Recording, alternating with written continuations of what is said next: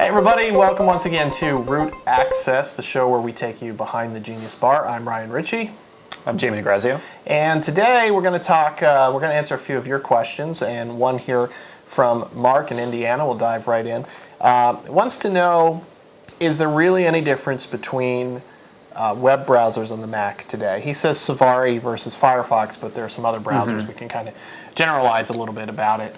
What's your take on it? I mean, this isn't the late 90s. Yeah. Does browser really matter? I mean, I mostly use Firefox. For a while, I was switching back and forth between the two. I mean, I think Safari's come a long way, but I still have problems with it on some sites. It still seems to, really, the big thing now is it still seems to crash more frequently than Firefox. And when it crashes, it doesn't, like Firefox will crash occasionally, but when it'll restore itself and you'll have all your tabs open, and Safari doesn't do that. I think there's like some hacks to make it do that, but I still think Safari, it still feels slower to me, although Apple says things that contradict that.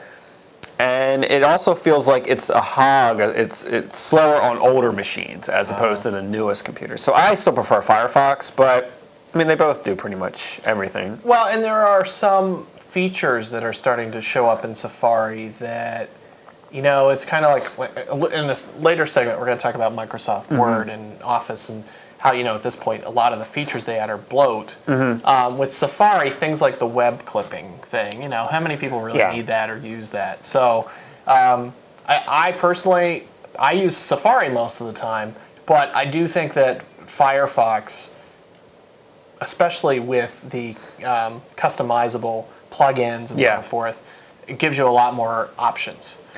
And obviously the fact that Firefox is cross-platform, granted Safari's cross-platform now too. We haven't really heard anything about how that's going on the PC Yeah, I side. think that was just to kind of get the phone kick-started maybe, but like I still, up until Safari 3, there were still websites where Flash Video wouldn't play in Safari for me. You would click the play button and it just wouldn't load.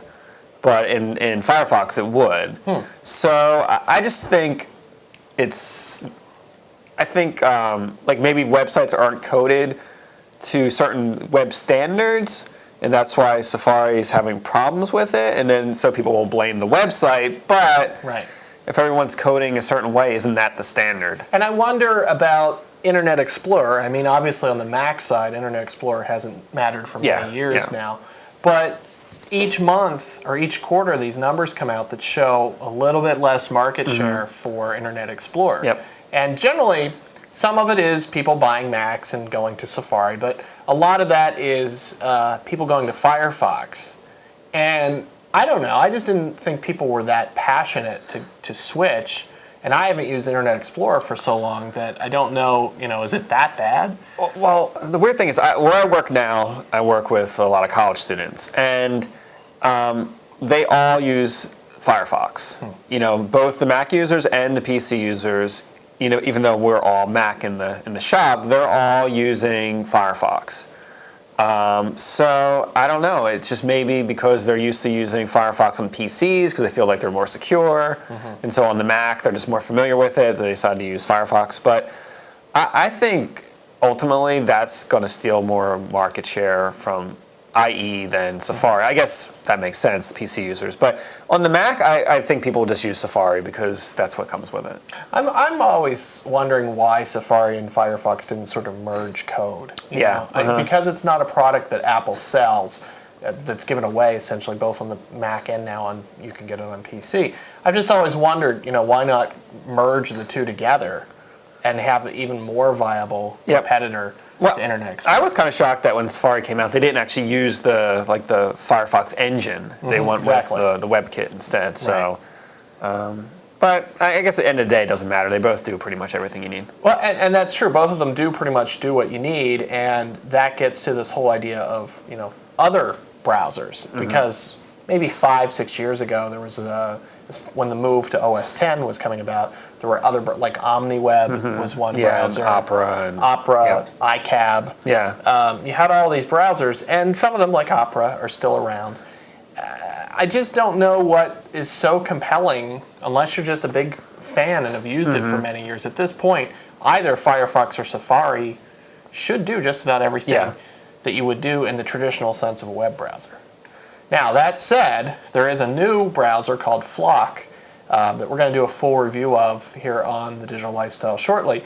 And basically what Flock is saying, their philosophy is that the browser isn't enough anymore. And so they integrate with things like Facebook and Flickr and probably Twitter. And it's almost like, I think they call it a social networking browser.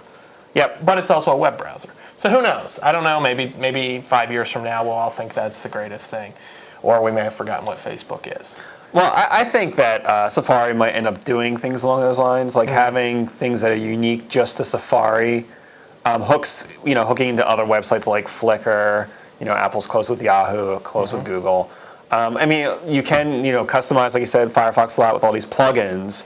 But I think unless it comes with those plugins out of the box, that most people aren't going to search them out. Only like the real geeks are going to do real that. specific applications. There you go. All right, folks, we're going to be back with more shortly in another segment.